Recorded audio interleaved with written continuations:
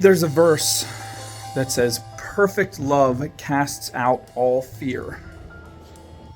Now that's a nice sentiment and all, like, oh yeah, it's like a Hallmark thing. It sounds like at first, oh, like, if you do the right thing, good things happen. Like, it should be obvious. But I found this to be one of the deepest, most powerful things that could ever help people. One of the biggest things, one of the biggest problems, or another way to say it is, the majority of what people are struggling with often can be completely reduced to a root cause of fear.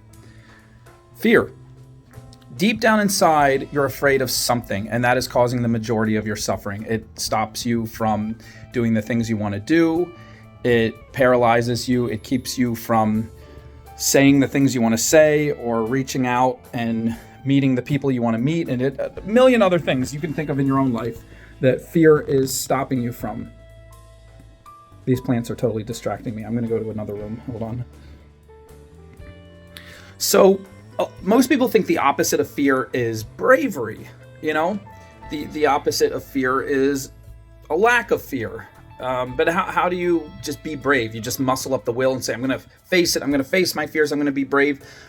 That's actually not the worst strategy. That can help a lot when you decide to face your fears and you white knuckle it and you push yourself through. A lot of times you come out on the other end and say, oh, that wasn't so scary. That didn't hurt so much.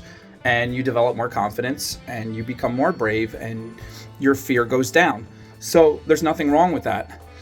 But there's a much, much better way to conquer your fears. And that's with love. Now, again, this sounds all sentimental, like Hallmarky. Like, what does that actually mean? And not just love, but perfect love. Now, that sounds even weirder and more hippy-dippy. But it's really, really solid, mathematically sound. And I'll explain it. It'll click in your mind once you see it for what it is. So what I want you to do is stop and think about who you love the most in your life. Probably a family member, a mother, a father, a child, maybe even a niece or nephew, a spouse. But who do you love so much that if a threat came down and you had to literally give up your own life so that they could be saved, that you would do it? You wouldn't want to give up your life, but your commitment is so strong that in that moment it would be worth it to you. Think about that person. And for some people, it doesn't have to be that extreme. It could even be, what is someone or something that you would put yourself into danger for? So maybe you wouldn't give up your entire life, but you would put yourself into quite a bit of danger for. So in that case, it could be a dog or a cat, someone you really, really love to the point that you would jump in front of danger to protect this particular being. And it doesn't have to even be a person. It could be a passion. What is something that you just love so much that when you get the opportunity to do it, you block out everything else in your life and you're just so filled with joy and you just want to throw yourself into it 100%. I'm describing all different kinds of objects of your love. And it has to be that deep to the point where you block out everything else. Now that you have this person in mind, hold that person in mind, whether it's a mother, father, dog, cat, whatever, some being that you would absolutely throw yourself into danger for, or even a passion, like a hobby that you love so much that you would risk everything else if you could do it more. Hold that in your mind, put it to the side. Now think about some of your biggest fears. Are they fears of being attacked by somebody? Fears of home intruders, fears of losing your job, fears of a disease stopping you, pain, medical something. Pick 1, 2, or 3 of your greatest fears. Okay, hold them in your mind now. Now let's put those two things together. If your greatest fear got in your face and was happening, but you could run away, but if you ran away, that fear would turn on the one you love and attack the one you love instead. What would you do? Would you run away still, or would you face the fear and beat the living hell out of it to protect the one you love? Think about it. Let's say a home intruder. I'm just going to use the example. A home intruder, you're terrified of a home intruder. But let's say there's a home intruder that gets a hold of the person you love most in life. Are you going to turn around and run out the back door at that point if you get a chance to get away? Or are you going to throw yourself on top of that intruder, knowing that could be the end of you, but just throw yourself kicking and flailing on top of that intruder to try to help the one you love escape? And no matter how you have to think about it, combine the threat with the one you love like that. And for most of you, your answer would be absolutely. And you can even feel it. If you put yourself through this thought exercise, you can feel the emotion. You can feel the fear as you're describing it. But then when you see that fear going after the one you love, suddenly the fear goes down and it's replaced with something else. It's replaced with white hot determination to beat the living hell out of that fear. Suddenly it's not a fear anymore. Suddenly it's a threat to the one you love, and that is greater than your own personal fear. Suddenly your fear is gone. And that's what illustrates the verse. Perfect love casts out fear. It's a violence.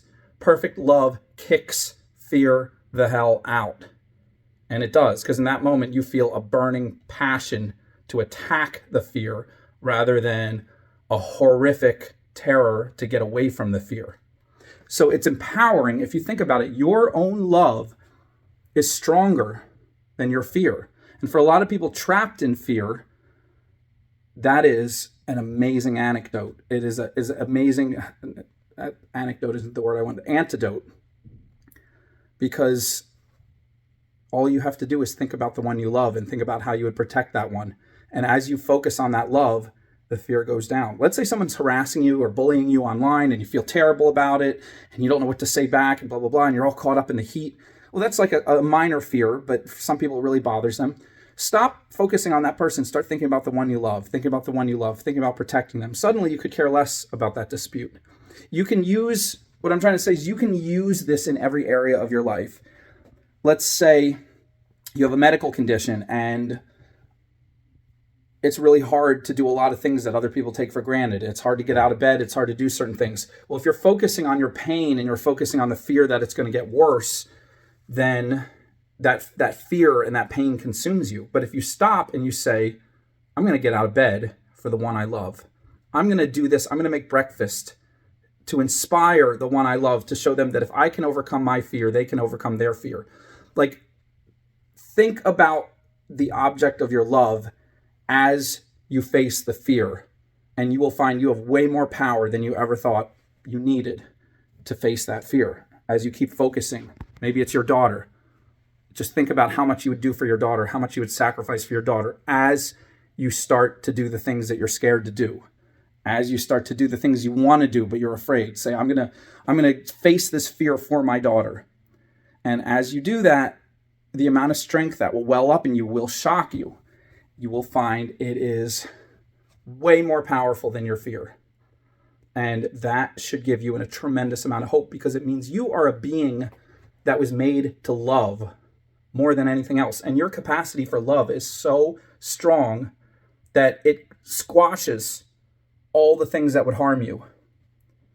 And they say, great men go into battle and face insurmountable fears. But if you talk to the bravest soldiers who did the bravest things and won all the awards for everything, they will always say something like, I wasn't doing it to be a hero. I wasn't doing it out of a sense of duty. I was doing it because I couldn't let my buddy next to me get killed. I was protecting my other fellow soldiers. I couldn't let the enemy win and let my country, face this horrible enemy and my wife and kids back home. Like, they'll often talk about their wife and kids, they're doing it for them, but very often it's the immediate right in front of them. Their buddy right next to them is about to die and they have no other choice. They have to jump in front of danger because their love is greater than their fear.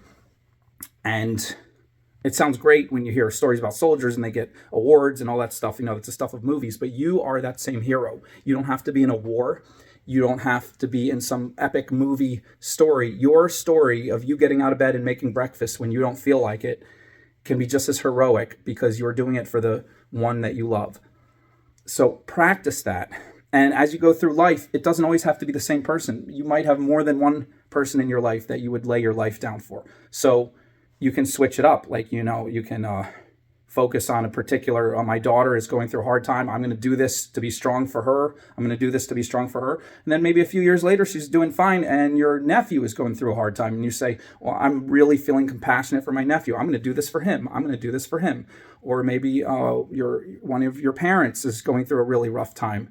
You say, I'm going to do this for him or her. It doesn't always have to be the exact same object of your affection. But whatever it is, focus on what you have perfect love for. Perfect meaning down to the depths of your soul. You would throw your life in front of a threat to save that person. And it will shock you the amount of strength that wells up inside of you when you thought you were weak and you thought you were pathetic and you thought you were, just some average nobody. You have an amazing capacity to love. You were made to love. Your strength is in love. And with love, no enemy can touch you. No threat can scare you. Nothing can stop you because you are radiating through yourself the most unstoppable force in the universe. And that's not a Hallmark sentiment. That is scientifically, mathematically, 100% the reality. You might find it hard to believe, but try it and watch what happens.